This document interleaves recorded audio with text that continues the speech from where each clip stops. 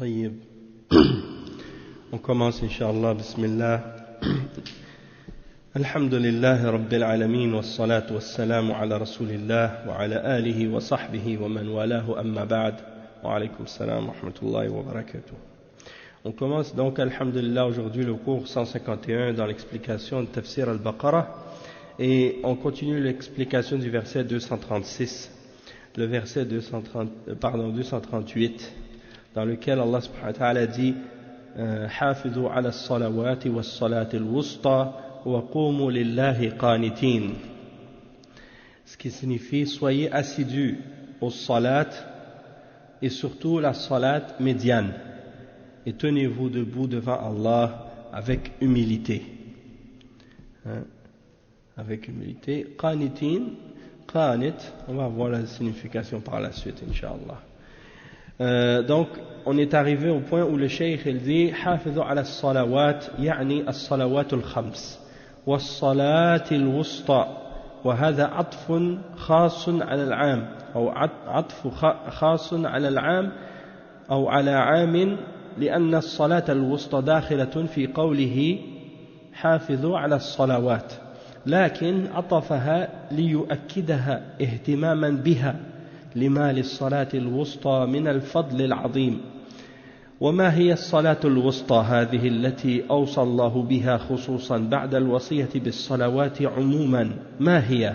القول الصحيح أن الذي عليه أكثر أهل العلم أنها صلاة العصر، لقوله صلى الله عليه وسلم في غزوة الخندق قال شغلونا عن الصلاة الوسطى صلاة العصر ملأ الله قبورهم وبيوتهم نارا. صلاة العصر إن شغل صلى الله عليه وسلم بالقتال إلى أن غربت الشمس ولم يصلوا العصر فقال شغلونا عن الصلاة الوسطى صلاة العصر ملأ الله قبورهم وبيوتهم نارا, فدل على أنها الصلاة الوسطى. فصلاة الظهر تسمى صلاة الأولى, والصلاة العصر تسمى الصلاة الوسطى, ذلك بمنزلة صلاة العصر وصلاة الفجر. قال الله عز وجل في صلاة الفجر أيضا أقم الصلاة لدلوك الشمس إلى غسق الليل وقرآن الفجر إن قرآن الفجر كان مشهودا. قرآن الفجر المقصود بها صلاة الفجر لأنه يطول فيها قراءة القرآن, وقوله كان مشهودا يعني تحضره ملائكة الليل وملائكة النهار الحفظة الذين يتعاقبون فينا لإحصاء أعمالنا. Donc le cheikh il dit, Allah subhanahu wa ta'ala il mentionne dans ce verset soyez assidus dans vos prières, dans vos salawat et dans as-salat al-wusta. Donc as-salawat c'est les 5 prières, et as-salat al-wusta c'est une prière en particulier parmi les autres. D'accord? Et Allah subhanahu wa ta'ala il nous incite dans ce verset à être assidus aux prières en général et en particulier à la salat qui est as-salat al-wusta, qui est traduit dans la traduction comme étant la prière médiane. La prière médiane, c'est-à-dire la prière du milieu, et al-wusta, ça veut dire celle du milieu. Mais il a mentionné al-wusta de manière séparée dans le but de montrer son importance, dans le but de montrer son mérite et sa grande importance. Et quelle est cette prière médiane que Allah subhanahu wa ta'ala nous a enjoint d'être assidus pour elle, après avoir mentionné d'être assidus à nos prières en général? C'est quoi cette prière médiane? Il dit la parole qui est correcte et celle qui est mentionnée par le plus d'entre les hommes de science au sujet de la prière médiane, c'est que c'est la prière de Asr, Salatul Asr. Parce que le prophète sallallahu alayhi wa sallam a dit lors de la bataille de Al-Khandaq, il a dit Shaghaluna anis salatil wusta salatil asr. Ils nous ont occupés, ou ils nous ont distraits de la prière de Al-Wusta, la prière médiane, qui est la prière de Al-Asr, que Allah remplisse leurs tombes et leurs maisons de feu. Et donc ça c'est pour dire que le prophète sallallahu alayhi wa sallam a désigné de manière explicite la prière al-wusta comme étant salat al-asr. Et la raison pour laquelle il a dit cette parole, ils nous ont occupés jusqu'à ce qu'on manque la prière de al-asr, la prière de al-asr qui est salat al-wusta. Pourquoi? Parce que à cause de la bataille, à cause du combat, ils les ont occupés jusqu'à ce que le soleil se couche, et ils les ont empêchés donc de faire salat al-asr à cause de ça. Et c'est pour ça que le prophète sallallahu alayhi wa sallam a dit, ils nous ont distraits de la salat al-wusta, salat al-asr, que Allah remplisse leurs tombes et leurs maisons de feu. Et ça c'est la preuve que salat al-asr c'est la prière médiane qui est désignée dans le verset. Il dit que la prière de Dhuhr on l'appelle la première, et salat al-asr on l'appelle médiane, al-wusta. Et il dit ça c'est par rapport à salat al-asr, par rapport à salat al-fajr. Allah subhanahu wa ta'ala dit dans le verset 78 dans surat al-Isra, il désigne salat al-fajr comme étant Qur'an al-fajr. Et on va lire la traduction du verset en question dans surat al-Isra. Donc c'est le verset 78. On a dit, Allah subhanahu wa ta'ala dit dans ce verset-là, accomplit la salat jusqu'au déclin du soleil, accomplit la salat au déclin du soleil jusqu'à l'obscurité de la nuit, et fait aussi la lecture à l'aube, Qur'an al-Fajr, c'est-à-dire la récitation de l'aube, car la lecture à l'aube a des témoins, c'est-à-dire la récitation du Qur'an à l'aube, c'est-à-dire la prière de Fajr. Elle a des témoins. Et pourquoi Allah dit qu'elle a des témoins? Parce que les anges de la nuit et les anges du jour se relaient à ce moment-là. Et ils se relaient à deux moments, au moment de Salat al-Fajr et au moment de Salat al-Asr. Donc, c'est comme si les anges de la nuit, ils se rassemblent et ils se retrouvent avec les anges du jour à prière de Fajr. Donc les anges de la nuit remontent vers Allah et les anges du jour, eux descendent pour enregistrer ou bien pour rester pendant la journée et enregistrer les œuvres des hommes.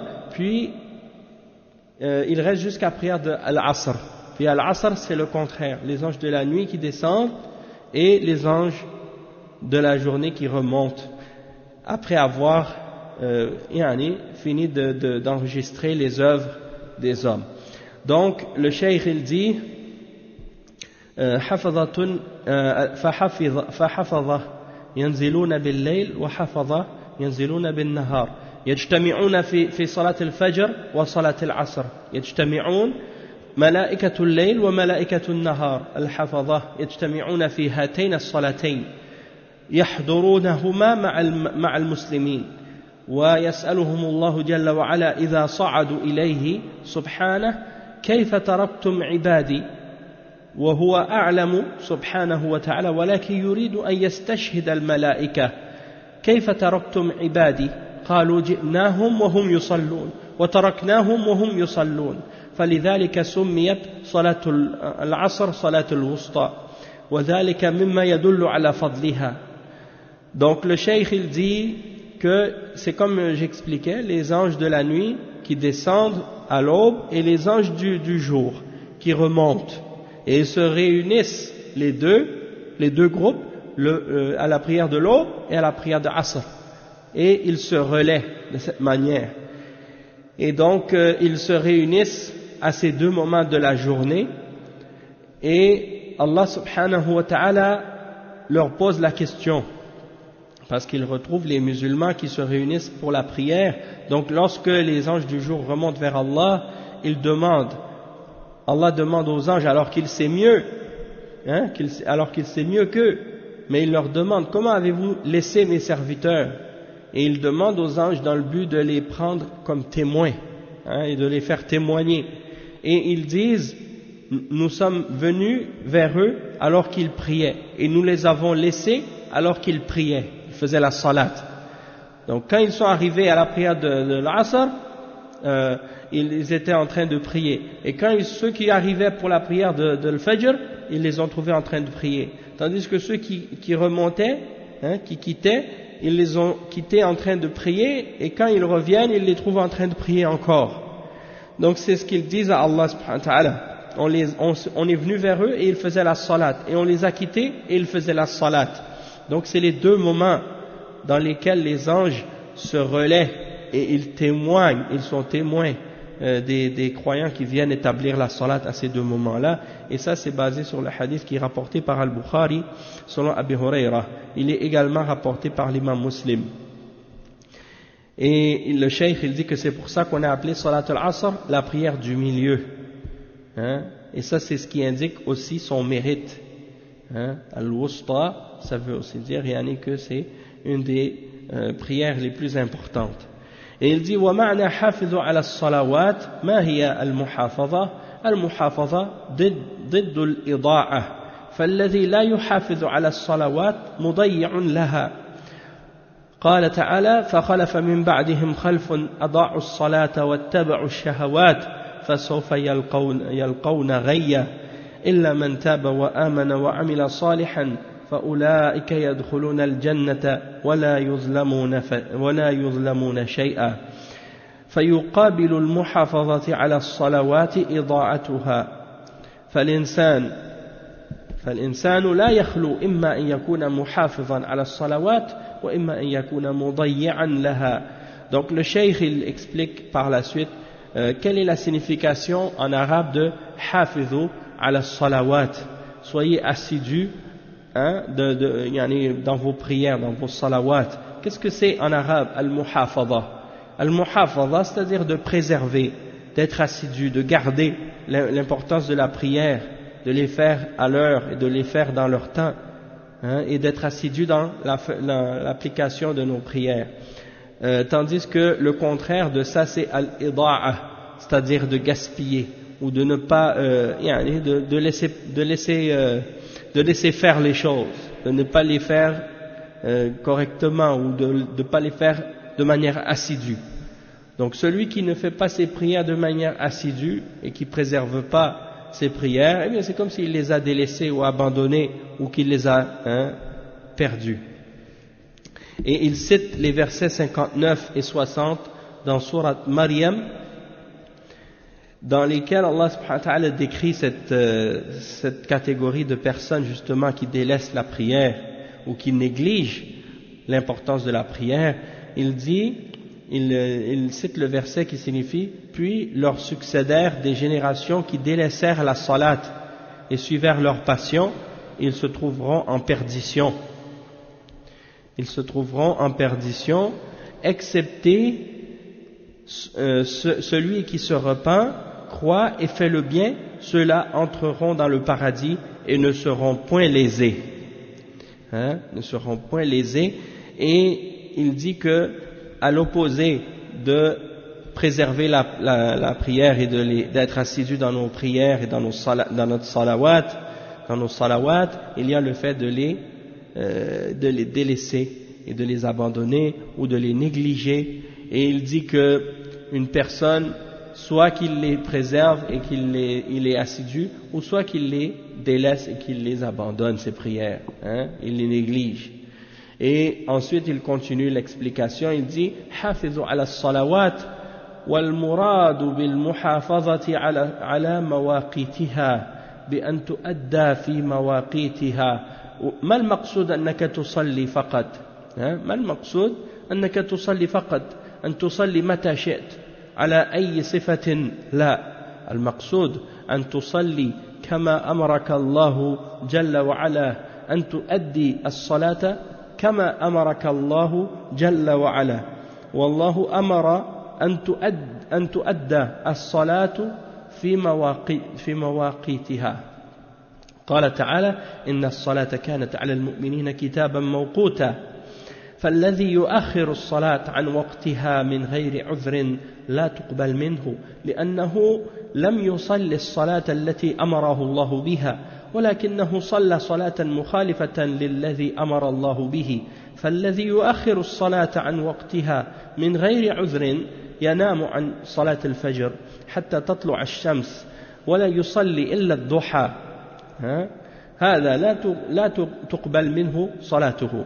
وكذلك الذي ينام عن صلاة العصر، لأن بعض الناس الآن لما جاء الدوام الوظيفي أو التجارة أو غير ذلك يشتغلون إلى أن يقرب وقت العصر ثم يأتون إلى بيوتهم ويأكلون ويشربون ثم ينامون عن صلاة العصر ولا يصلونها إلا بعد غروب الشمس. بل إن بعض الناس بلغ به الأمر إلى أن يسهر طول الليل على الفضائيات وعلى القيل والقال والضحك ثم ينام جميع النهار ولا يصلي لا الفجر ولا الظهر ولا العصر، ويقوم بعد المغرب فيصلي الصلوات بعد المغرب، وهذا لا تقبل منه صلواته لأنه لم يصلي كما أمره الله عز وجل وإنما صلى على حسب هواه، فالصلاة لا تقبل إلا في وقتها.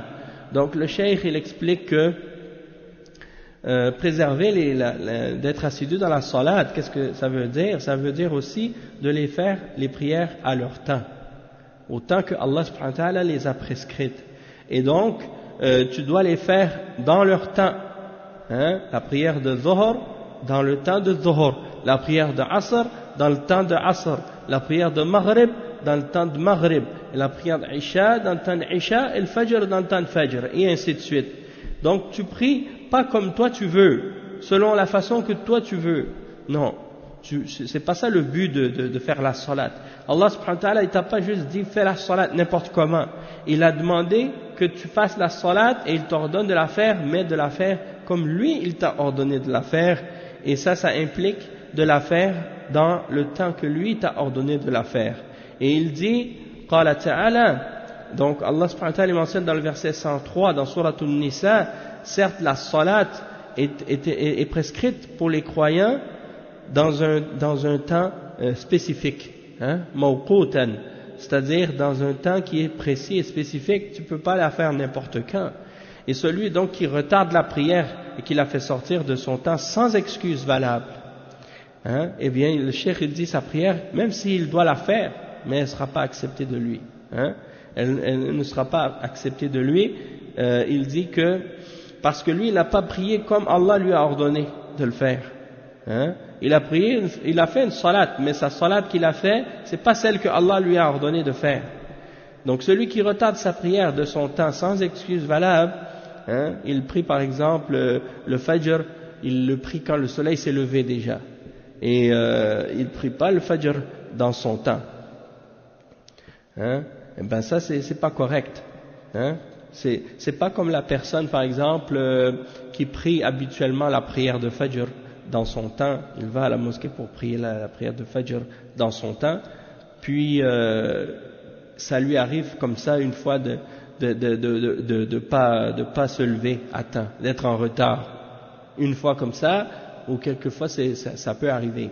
Mais quelqu'un qui prend l'habitude de toujours prier la prière de Fajr après le lever de soleil, le cheikh dit ça, c'est quelqu'un, sa prière elle ne sera pas acceptée s'il l'a fait de cette façon-là. Il dit la même chose pour celui qui prie, qui dort, quand c'est la prière de Asr, il dort. Il dit parce que maintenant il y a des gens qui ont des heures de travail ou des quarts de travail, disons que ils travaillent pendant la journée et quand ils terminent, ils rentrent à la maison juste un peu avant l'Asr et il mange, il boit, il mange et après il va se coucher. Et peut-être qu'il va se coucher avant même de faire sa prière de Asr. Il prie seulement le Asr après que le soleil se soit couché. Il dit que certains, même c'est encore plus grave, ils passent la nuit à veiller devant la télévision et les chaînes de satellites ou bien en train de discuter peut-être il s'amuse avec ses amis, il rigole, il joue aux cartes, ou bien il passe ses journées comme ça, Allah al-Musta'an, et toute la nuit il a passé comme ça. Puis il dort toute la journée. Il dort toute la journée, il prie ni le Fajr, ni le Dhuhr, ni l'Asr. Puis il se lève après le Maghrib, puis il fait ses prières après le Maghrib. Et le cheikh il dit celui-là, ses prières ne seront pas acceptées, parce qu'il n'a pas prié comme Allah lui a ordonné, mais il prie uniquement selon ses désirs et sa passion. Et donc sa salat, elle ne sera pas acceptée, excepté si il l'a fait dans son temps.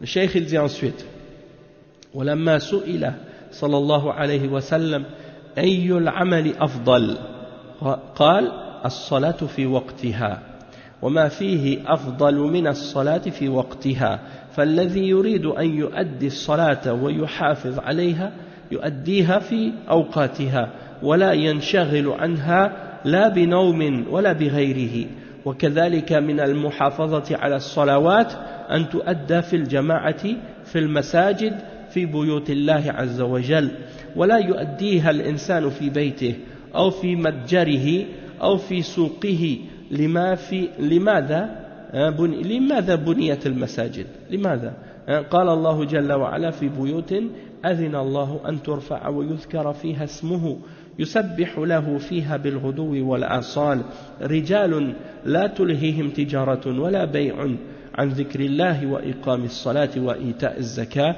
يخافون يوما تتقلب فيه القلوب والأبصار ليجزيهم الله أحسن ما عملوا ويزيدهم من فضله والله يرزق من يشاء بغير حساب فتؤدى الصلاة في المساجد مع المسلمين ولهذا قال صلى الله عليه وسلم من سمع النداء فلم يجب فلا صلاة له إلا من عذر قيل وما العذر يا رسول الله قال خوف أو مرض فالذي يقوى على الصلاة في المساجد ولا لا يسعه أن يصلي في غيرها ولا يسعه أن يصلي منفردا ويترك الجماعة فهنا أمران الأمر الأول الجماعة والأمر الثاني المسجد.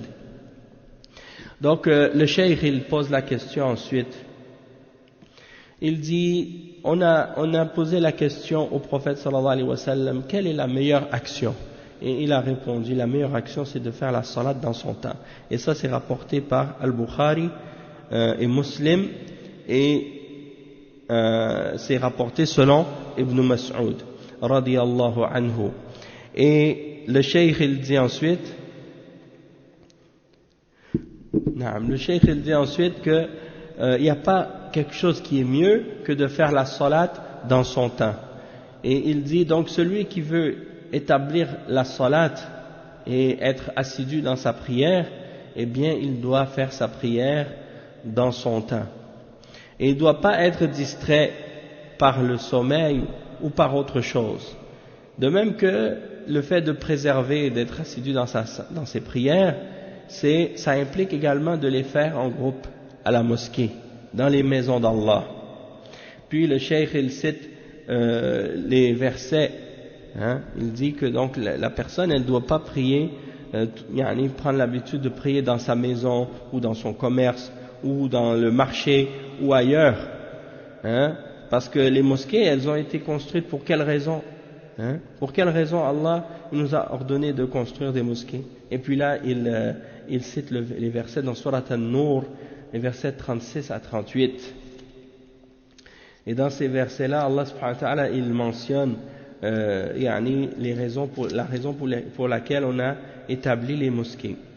Donc il dit dans ces versets, dans des maisons, c'est-à-dire les mosquées, qu'Allah a permis qu'on élève et où son nom est invoqué, le glorifie en elle ou en celle-ci, matin et après-midi, des hommes que ni le commerce ni le troc ne distrait de l'invocation d'Allah, de l'accomplissement de la salat et de l'acquittement de la zakat, et qui redoutent un jour où les cœurs seront bouleversés ainsi que les regards. Et il dit ensuite le verset 38, afin que Allah les récompense de la meilleure façon pour ce qu'ils ont fait de bien, et il leur ajoutera de sa grâce. Allah attribue à qui il veut, Allah attribue à qui il veut sans compter. Donc ça c'est les deux versets. Puis après il cite un hadith, c'est ça. Donc le prophète sallallahu alayhi wa sallam, il dit, j'ai vérifié l'authenticité, le hadith il est sahih, c'est rapporté selon Ibn Majah, par Abdullah ibn Abbas. Il dit que le prophète sallallahu alayhi wa sallam a dit, celui qui a entendu l'appel et qui n'a pas répondu, alors il n'a pas de salat excepté pour une excuse valable. Et on lui a posé la question, quelle est l'excuse au messager d'Allah? Il a dit, la peur ou la maladie. La peur ou la maladie. Donc celui qui est capable de faire la salat à la mosquée, il n'a pas d'excuse de prier ailleurs qu'à la mosquée. Et il ne doit pas prier tout seul et délaisser la jama'a. Et il y a donc deux choses. La première, de prier en jama'a, et deuxièmement, à la mosquée. Il dit ensuite, لماذا بنيت المساجد وأنفق عليها ورتب عليها الموظفون من الأئمة والمؤذنين والفراشين وصرفت فيها الأموال أليس لأجل أن تكون بيوت عبادة والصلاة وذكر الله وطلب علم وبيوت النور بيوت العبادة وبيوت مجتمع الناس المسلمين والملائكة فهي بيوت الله عز وجل والذي يتردد عليها تكتب له خطواته ذهابا وإيابا كل خطوة يمشيها يرفعه الله بها درجة ويحط عنه بها خطيئة كل خطوة فيها حسنة وفيها محو خطيئة قال صلى الله عليه وسلم بشر المشائين في الظلم إلى المساجد بالنور التام يوم القيامة. Donc le cheikh il dit, donc pour quelle raison on a construit les mosquées et qu'on a dépensé de l'argent pour elles et qu'on a établi dans ces mosquées des responsables parmi les imams et les gens qui font le adhan et les gens qui s'occupent de nettoyer le tapis et autre chose, et on dépense de l'argent dans ces mosquées là, n'est-ce pas que ce sont des maisons qui sont établies pour l'adoration, pour la salat, pour le rappel d'Allah, pour la quête du savoir, pour que ce soit des maisons de lumière, des maisons d'adoration, des maisons dans lesquelles se réunissent les hommes et les anges. Donc c'est les maisons d'Allah Azza wa Jal. Et donc celui qui retourne constamment à la mosquée, chaque fois qu'il fait des pas pour y aller, et chaque fois qu'il fait des pas pour retourner chez lui, on écrit pour lui des hasanat. Allah subhanahu wa ta'ala l'élève en degré à chaque pas qu'il fait en direction de la mosquée et en revenant de la mosquée, et on lui efface également des péchés, on lui écrit une hasana, on l'élève d'un degré et on lui efface des péchés. Et le prophète sallallahu alayhi wa sallam, il dit dans le hadith rapporté selon Abu Daoud, par Abu Daoud selon Buraïda radiyallahu anhu, il dit, donne la bonne nouvelle à ceux qui marchent dans la noirceur vers les mosquées, qu'ils seront dans la lumière totale au jour de la résurrection. Ils seront dans la lumière complète au jour de la résurrection. Donc ils marchent dans la noirceur. À notre époque, même si on va pour l'Isha ou pour le Fajr, il y a des lumières dans la rue qui nous éclairent. Mais à l'époque du prophète sallallahu alayhi wa sallam, il n'y avait pas de lumière dehors. Quand les gens allaient pour la mosquée pour faire salat al-fajr ou pour faire salat al-isha, il faisait complètement noir. Et le prophète sallallahu alayhi wa sallam, il dit, annonce la bonne nouvelle à ceux qui marchent dans les ténèbres, qu'ils auront une lumière complète au jour de la résurrection. Encore aujourd'hui, il y a des endroits où il n'y a pas d'électricité dans certaines places, et les gens, ils marchent dans la rue, il fait noir, ils vont à la mosquée. Et donc c'est pour ça. Et même quand il y a de la lumière, il fait noir quand même. Même quand il y a de l'électricité, il fait encore noir quand même. C'est-à-dire que c'est moins clair que le jour. Et c'est pour ça que donc il y a cette récompense, malgré que, même si c'est éclairé. Parce que la nuit, c'est pas comme le jour. Malgré qu'il y a l'électricité, c'est pas comme le jour. Et il dit فَمِنَ الْمُحَافَظَةِ عَلَى الصَّلَاةِ أَدَاؤُهَا فِي الْمَسْجِدِ مع الجماعة وأن لا ينفرد الإنسان عن الجماعة فإن النبي صلى الله عليه وسلم شبه الذي ينفرد عن الجماعة بالشاة التي تشذ عن الراعي يأكلها الذئب. الشاة إذا انفردت عن الجماعة عن الراعي يأكلها الذئب وذئب الإنسان هو الشيطان فإذا انفرد عن الجماعة فإن الشيطان يتسلط عليه وهو ذئب الإنسان. Donc le cheikh il dit le fait d'être assidu à la salat et de la prière à la mosquée, c'est en réalité l'importance de ça, c'est de rester avec la jama'a, de rester avec les musulmans et de ne pas rester isolé de la jama'a, parce que le prophète sallallahu alayhi wa sallam a donné l'exemple de la jama'a par rapport à l'individu. C'est comme le mouton quand il est éloigné de son troupeau et qu'il s'éloigne du berger. Qu'est-ce qui lui arrive? Il se fait manger par le loup. Eh bien, c'est la même chose pour le musulman. S'il s'éloigne de la jama'a, eh bien il se fait manger par le loup. Et le loup pour les hommes, c'est qui? C'est le shaitan. C'est le shaitan. Donc quand tu t'écartes de la jama'a, le shaitan il prend le dessus sur toi. Et c'est lui, pour les hommes, c'est lui le loup. Et le cheikh il dit قال صلى الله عليه وسلم إنما يأكل الذئب من الغنم القاسية. وهذا مثال ضربه صلى الله عليه وسلم من المحافظة على الصلاة أن تؤدى كما أمر الله بشروطها وأركانها وواجباتها وما استطاع من سننها. وهذا يستدعي من المسلم أن يتعلم أحكام الصلاة وأن يتفقه فيها حتى يؤديها على الوقت المطلوب. وأما إذا كان يجهل أحكام الصلاة فحري أن لا يؤديها على الوجه المطلوب بشروطها وأركانها وواجباتها وسننها. هذه هي المحافظة على الصلاة، أن تؤدى على الكيفية التي كان يؤديها عليها رسول الله صلى الله عليه وسلم لقوله صلى الله عليه وسلم صلوا كما رأيتموني أصلي. وهذا خطاب لأصحاب النبي صلى الله عليه وسلم الذين شاهدوا صلاته صلى الله عليه وسلم، وهو خطاب لنا أيضا لأن صحابته رضي الله عنهم رأوا صلاته صلى الله عليه وسلم ووصفوها كاملة بأحاديث صحيحة أو بأحاديث صحيحة. وإذا قرأتها كأنك تشاهد النبي صلى الله عليه وسلم وهو يصلي، فتصلي على طبق الأحاديث الصحيحة الواردة في صفة النبي صلى الله عليه في صفة صلاة النبي صلى الله عليه وسلم. Donc le cheikh dit que le prophète sallallahu alayhi wa sallam a dit le loup il mange uniquement le mouton qui s'est éloigné du troupeau, comme c'est rapporté selon Abu Daoud, selon Abu Darda par l'imam Abu Daoud dans son Sunan. Et il dit, ça c'est un exemple que le prophète sallallahu alayhi wa sallam a donné pour montrer l'importance de rester assidu à la salat et de faire cette salat selon la façon que Allah nous a ordonné de la faire, avec les conditions, les piliers, les obligations et ce que tu es capable de faire des choses qui sont recommandées dans la salat. Et donc ça indique que le musulman il doit apprendre les règles de la salat et essayer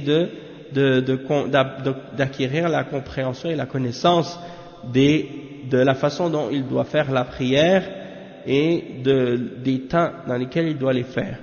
Et donc celui qui ignore les règles de la salat, eh bien il risque de ne pas pouvoir établir sa salat et de la faire de la manière exigée par Allah subhanahu wa ta'ala, selon ses conditions, selon ses piliers, selon ses obligations, selon les choses recommandées, les sunan dans la prière. Et donc c'est ça en réalité la signification de rester assidu à ta prière, de faire ta salat de façon assidue. Et donc également de faire la salat de la manière que le prophète sallallahu alayhi wa sallam la faisait lui-même, puisque le prophète sallallahu alayhi wa sallam a dit dans le hadith rapporté par Al-Bukhari selon Malik ibn al-Huwayrith, sallu kama ra'aytumuni usalli, priez comme vous m'avez vu prier, faites la salat comme vous m'avez vu faire la salat. Et c'est un discours que le prophète sallallahu alayhi wa sallam adresse à ses compagnons qui eux ont été témoins de la prière du prophète sallallahu alayhi wa sallam. Et c'est un discours qui s'adresse également à nous aussi, puisque les sahaba du prophète sallallahu alayhi wa sallam ont vu la prière du prophète sallallahu alayhi wa sallam et nous l'ont décrit. Ils l'ont décrit dans les hadiths authentiques. Et donc, lorsque tu récites ces hadiths et tu les lis, c'est comme si tu étais témoin de la prière du prophète sallallahu alayhi wa sallam et que tu étais présent lorsqu'il fait la salat. Et donc, quand tu pries selon la façon dont la prière du prophète sallallahu alayhi wa sallam a été décrite, c'est comme si tu étais témoin de sa salat. Et il dit وهذا كما قلنا يستدعي الاهتمام والتعلم والتفقه في دين الله عز وجل. الصلاة ليست كغيرها من العبادات، خصها الله بأحكام. أولا الطهارة من الحدث والطهارة من النجاسة، فلا تقبل صلاة من لم يتطهر من الحدث ولم يتطهر من النجاسة. قال صلى الله عليه وسلم لا يقبل الله صلاة أحدكم إذا أحدث حتى يتوضأ. فالطهارة مفتاح الصلاة، وكذلك الله جل وعلا خصها بستر العورة، لا يصليها الإنسان وعورته مكشوفة ولا تصح صلاته مع القدرة. والله جل وعلا قال يا بني آدم خذوا زينتكم عند كل مسجد، أي عند كل صلاة. والمراد بالزينة هنا ستر العورة، وما زاد عليها من التجمل فإنه من الزينة التي أمر الله جل وعلا بها. Le cheikh il dit que ensuite également si on sait qu'on doit prier tel que le prophète sallallahu alayhi wa sallam nous a dit, il a dit prier comme vous m'avez vu prier, eh bien ça indique qu'on doit avoir de la connaissance, on doit apprendre, on doit étudier la religion d'Allah pour connaître la description de la prière du prophète sallallahu alayhi wa sallam et pour pouvoir la faire correctement. C'est pas juste par taqlid que les gens doivent faire la salat. Malheureusement, beaucoup de musulmans ils font la salat par taqlid, c'est-à-dire ils font la salat comme ils ont vu les autres faire et donc ils ont fait pareil. Ils n'ont pas étudié les hadiths du prophète sallallahu alayhi wa sallam et les livres des ulama et les fuqaha qui rapportent les explications et les ulama de hadith qui expliquent les hadiths du prophète sallallahu alayhi wa sallam pour savoir comment faire la salat. Ils font juste des fois regarder quelqu'un, comment la personne elle prie, ils prient comme ça eux aussi et ils savent même pas des fois si la façon dont la personne prie, est-ce que c'est correct ou non. Donc malheureusement c'est comme ça. Tu vas trouver par exemple, il y a des gens, tu les vois, ils prient, ils ne respectent même pas les conditions de la salat. Il fait les mouvements comme une course. On dirait qu'il est pressé de terminer le plus vite possible. Et il va, par exemple, quand il se relève du ruku', il reste même pas une seconde debout. Il se prosterne direct. Et quand il se prosterne, une fois il se relève, à peine il est assis, tout de suite il se dépêche pour se reprosterner la deuxième prosternation. Il n'a même pas attendu quelques instants pour que sa colonne vertébrale se redresse et qu'elle soit chaque os remis à sa place. Non, direct, aussitôt à peine assis, même pas assis même des fois. Il est juste à peine relevé, il se repenche encore une fois pour se prosterner. Des fois, c'est quand il se relève du ruku', il n'est même pas encore redressé, il se penche déjà pour se prosterner. Et des fois, quand il a fini la deuxième prosternation, il fait même pas un instant pour attendre pour pouvoir se relever, il se relève directement après la prosternation, droit debout. Donc, beaucoup de gens comme ça, malheureusement, ils prient comme si on dirait ils font la course. Et puis tu regardes dans la prière, tu te dis mais qu'est-ce qu'ils ont le temps de dire comme dhikr dans la prière? Qu'est-ce qu'ils ont le temps de dire comme dhikr dans la prière, Subhana Rabbi al-A'la, Subhana Rabbi al-Azim. Combien de fois il a le temps de le dire? Même pas une fois des fois. Parce que c'est pas possible. Il a fait comme ça. Il a touché le sol une seconde et puis il s'est déjà relevé. Est-ce qu'il a eu le temps de dire Subhana Rabbi al-A'la? Allahu A'lam. Et puis la Fatiha.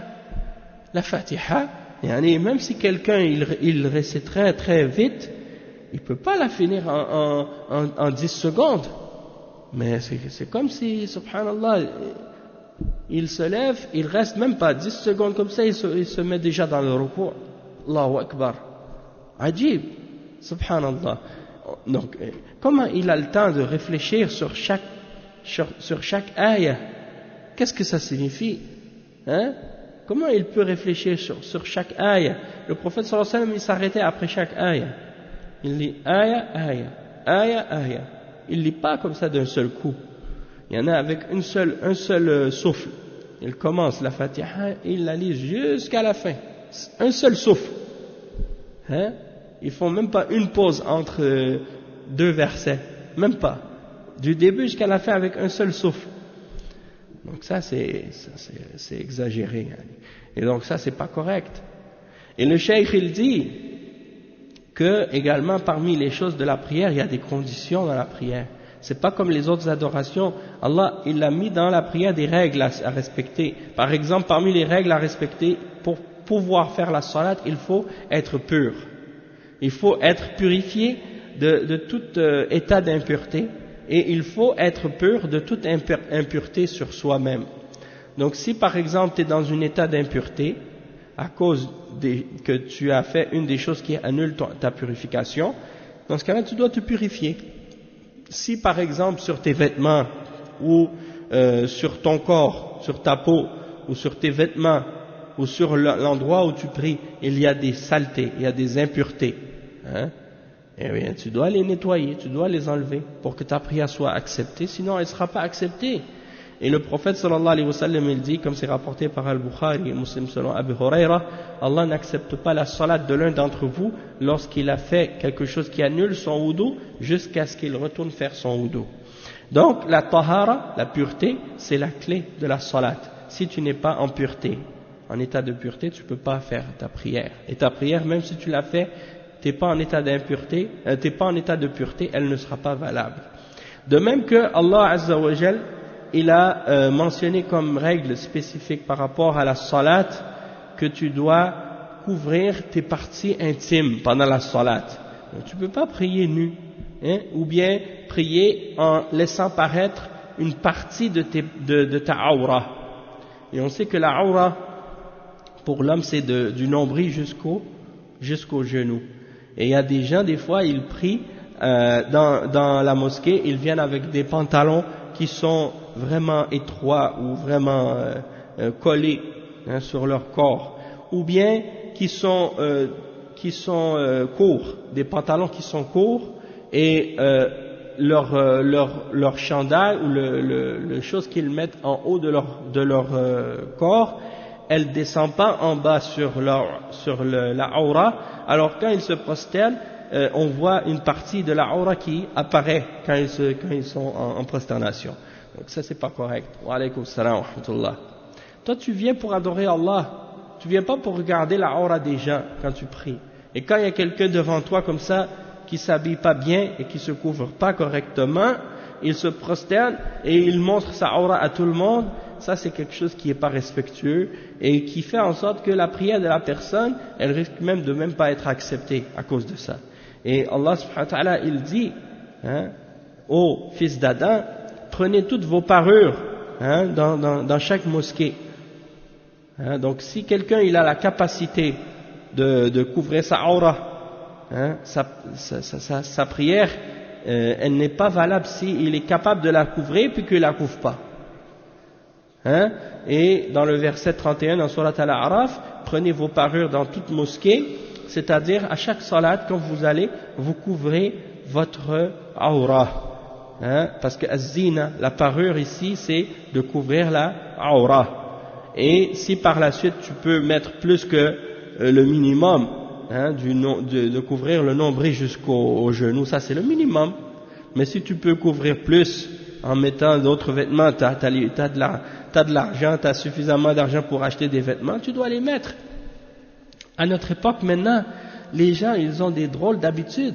Ils suivent des coutumes des koufars et des modes des koufars. Ils mettent des vêtements avec des déchirures dedans. Et peut-être même qu'ils les ont achetés déchirés au magasin. C'est-à-dire que c'est pas eux-mêmes qui les ont déchirés parce qu'ils sont usés. C'est eux qui les ont achetés déchirés déjà. Hein? Et peut-être que les vêtements qui sont déchirés sont plus chers que les vêtements qui ne sont pas déchirés. Et les gens vont payer de l'argent pour des vêtements déchirés. Hein? Et tu vois des fois des gens qui viennent à la mosquée comme ça. Hein? Des jeunes, ils viennent à la mosquée prier, ils ont des pantalons avec des déchirures. Hein? Une fois, il y a un frère, il est venu prier, il y a un frère qui m'a dit ça. Il y a un qui est venu prier, il avait des déchirures dans ses vêtements. On voit sa aura à travers. Ça, c'est pas accepté, ça, c'est pas correct.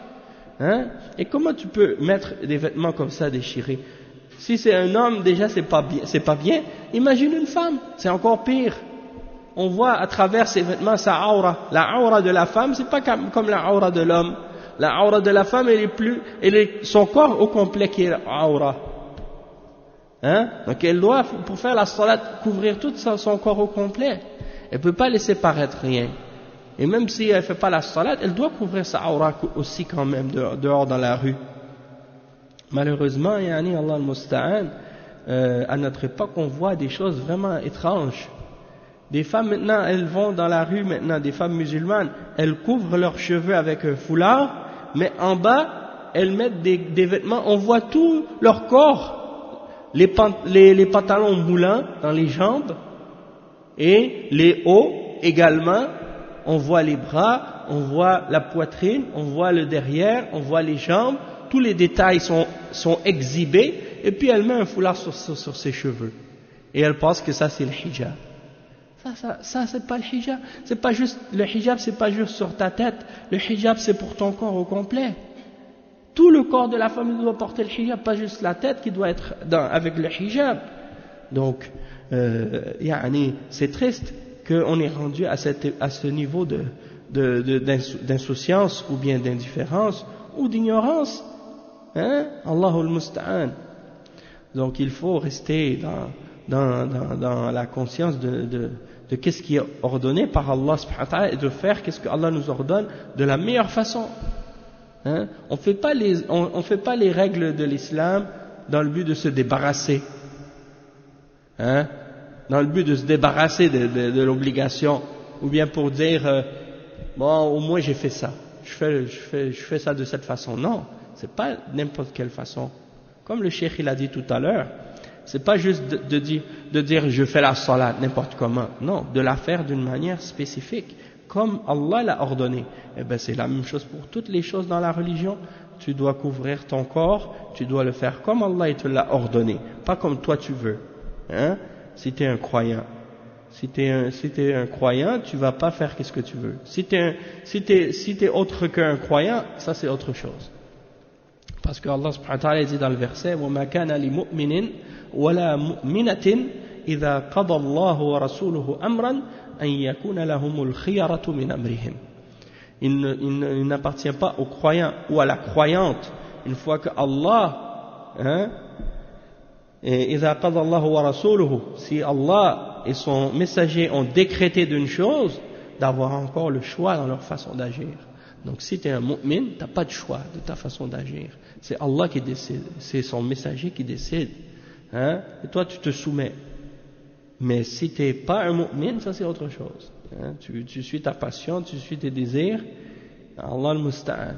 Et donc le cheikh il explique, ensuite il dit كما قلنا أيضا من خصائص الجماعة يؤديها مع الجماعة ويؤديها في وقتها كما سبق وهذه هي المحافظة على الصلاة وليس المراد صلاة شكلية على هوى الإنسان متى أراد أن يصلي بل على ما أمر الله به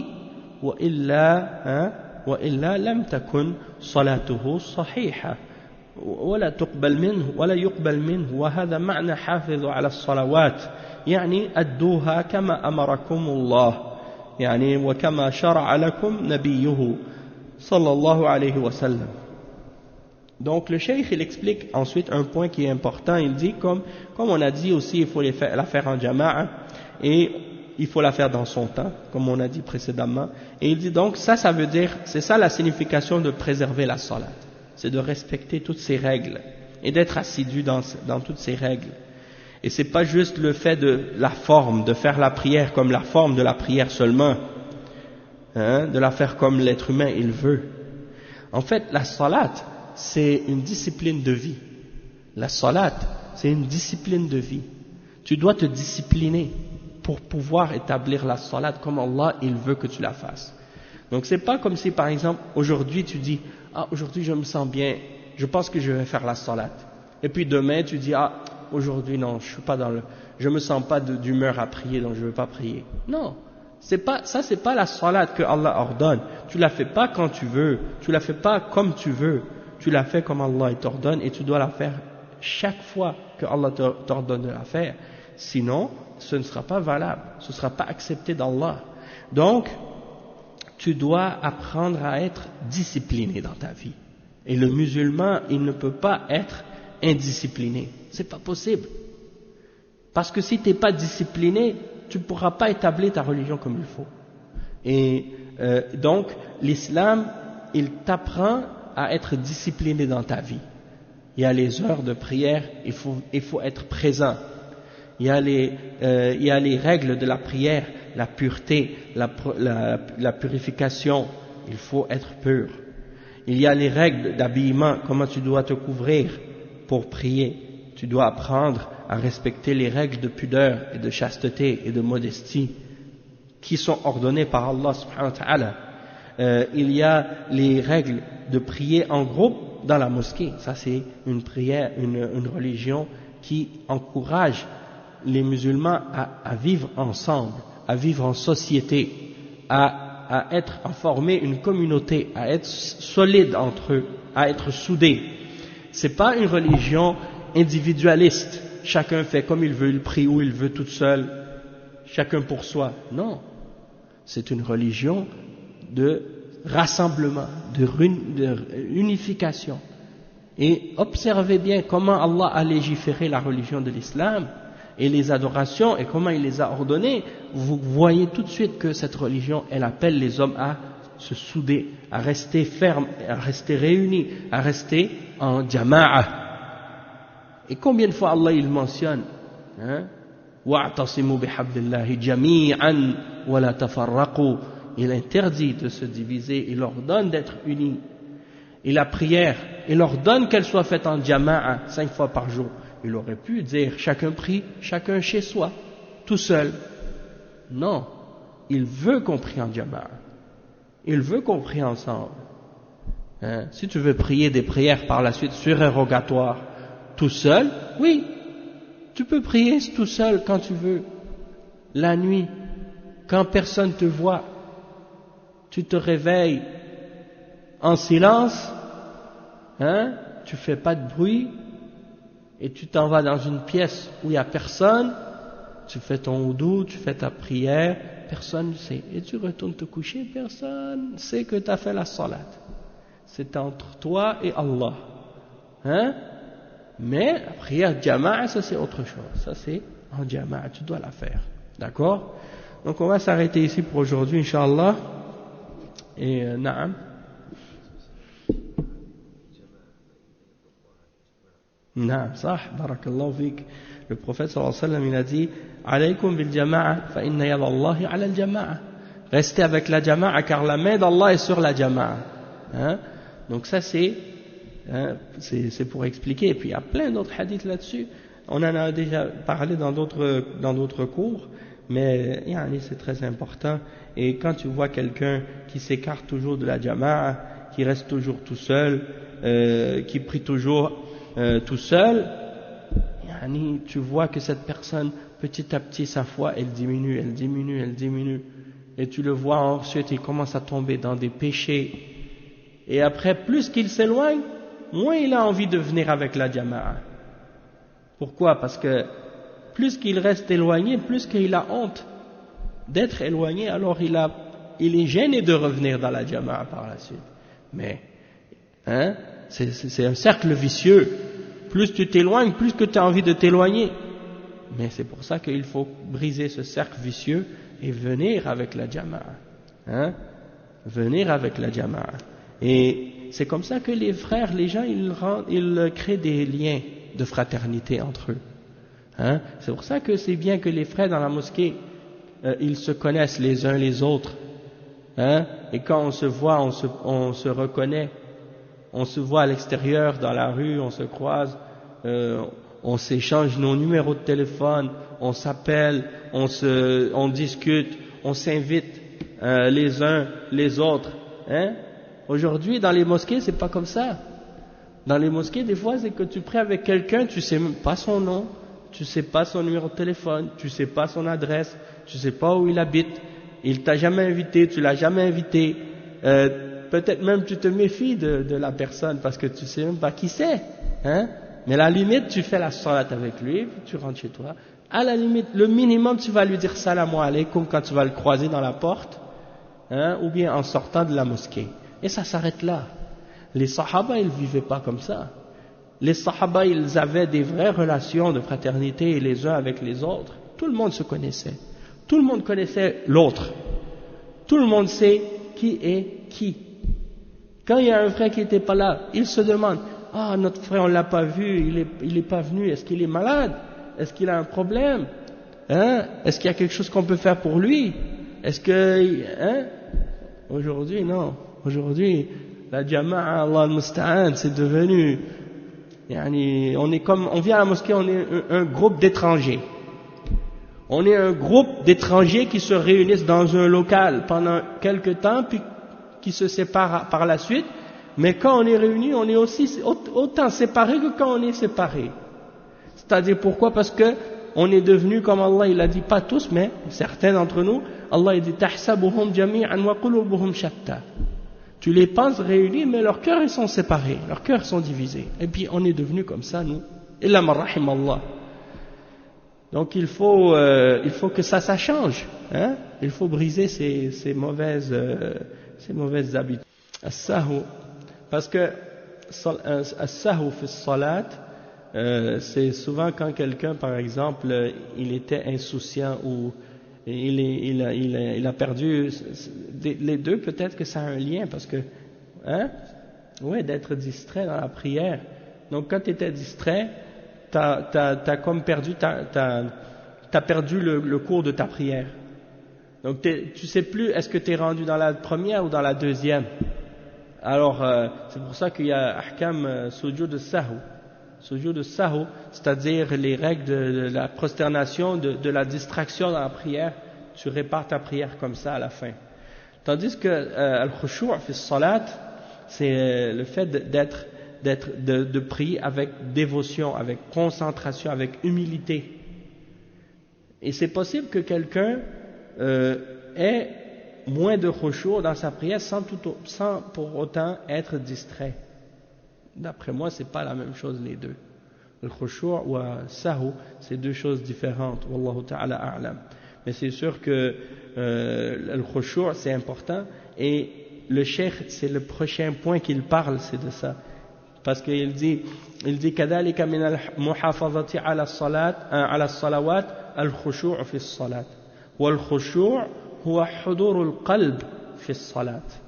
Donc le cheikh il dit le fait parmi les choses qui sont comprises dans le fait d'être assidu dans notre prière et dans nos salawat, il y a al-khushu' fi salat, c'est-à-dire la concentration, al-khushu' dans la prière. Il dit la définition ou la signification de al-khushu' c'est hudurul qalb, la présence du cœur dans la salat. Donc tu vas pas juste faire les gestes comme un robot mécaniquement et c'est comme tu fais les gestes puis you go with the motion comme on dit en anglais, hein. Tu fais juste les gestes mais ton cœur il est ailleurs, tu penses à d'autres choses. Donc ça c'est pas une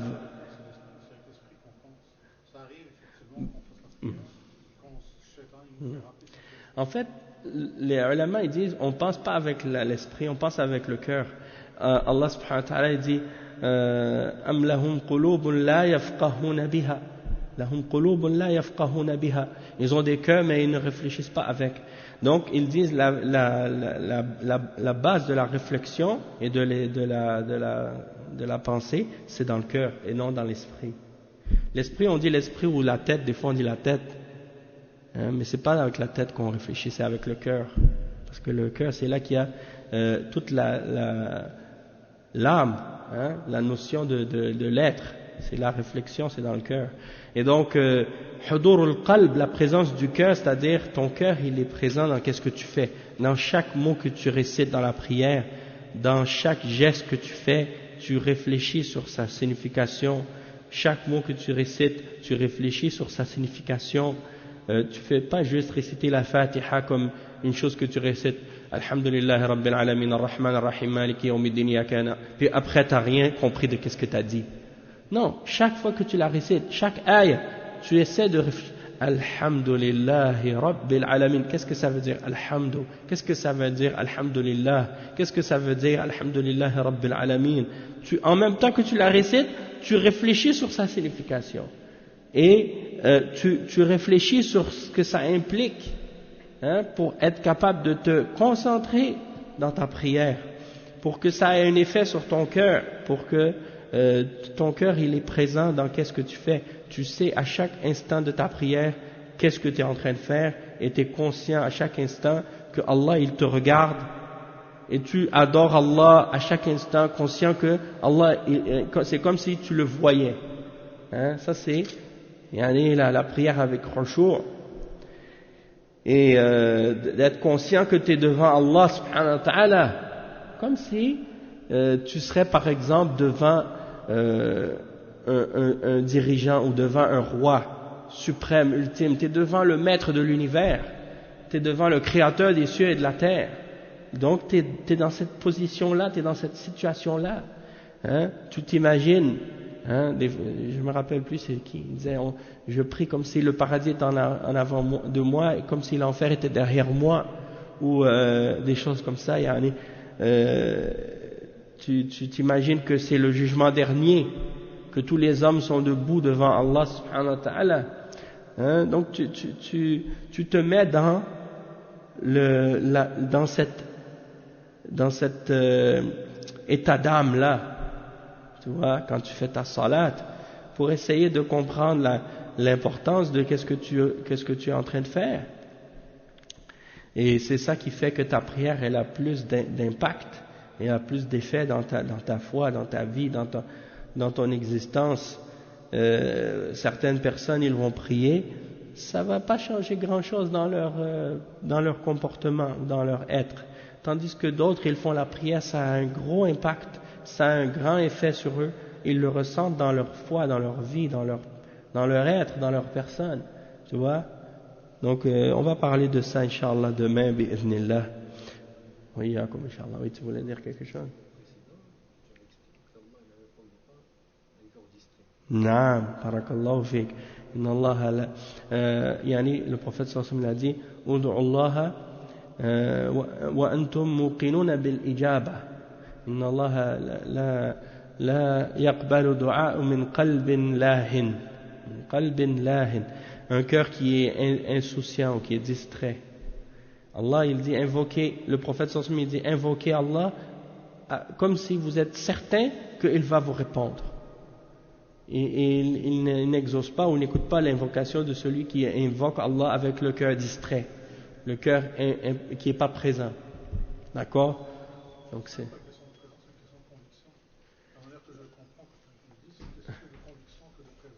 Non mais c'est... Parce que c'est les deux, la conviction et en même temps la présence du cœur. La présence du cœur, ça veut dire t'es pas absent. Ton cœur, il n'est pas absent. Il n'est pas comme si. Si je te demande l'heure, je ne peux pas te demander l'heure sans avoir au préalable pensé te le demander. Tu sais pourquoi? Parce qu'il y a des gens, ils font la prière de façon machinale. C'est comme they're just going with the motion. L'imam, il dit Allahu Akbar, ils disent Allahu Akbar. Eux, ils pensent à leur compte. Ils pensent à leur compte de banque. Ils pensent à leur portefeuille. Ils pensent, il faut que j'achète des couches. ah, il faut que j'aille demain, j'ai rendez-vous chez le docteur. Leur cœur, il n'est pas présent. Leur cœur, il est ailleurs. Ils pensent à d'autres choses. Hein? Dire, j'ai oublié, il faut que je fasse ça. Et le shaitan, il vient pour les distraire pendant la salat exprès. Même il te fait rappeler des choses que tu avais oubliées exprès, juste dans la salat. Peut-être que, même, je me rappelle plus si j'avais lu ça quelque part, il dit, quand j'ai oublié quelque chose puis je veux m'en rappeler, je fais la salat, et puis tout d'un coup je m'en rappelle. Pourquoi? Parce que le shaitan, il fait exprès pour venir t'en faire souvenir exprès dans le moment où tu fais ta salat, pour te détourner de ta salat, pour que justement ta prière soit pas valable. Wa alaykum salam wa rahmatullah. Donc on va s'arrêter ici, Inch'Allah. Subhanakallah wa bihamdika, ashhadu an la ilaha illa anta, astaghfiruka wa atubu ilayk. Wa sallallahu wa sallam ala nabiyyina Muhammad wa ala alihi wa sahbihi ajma'in.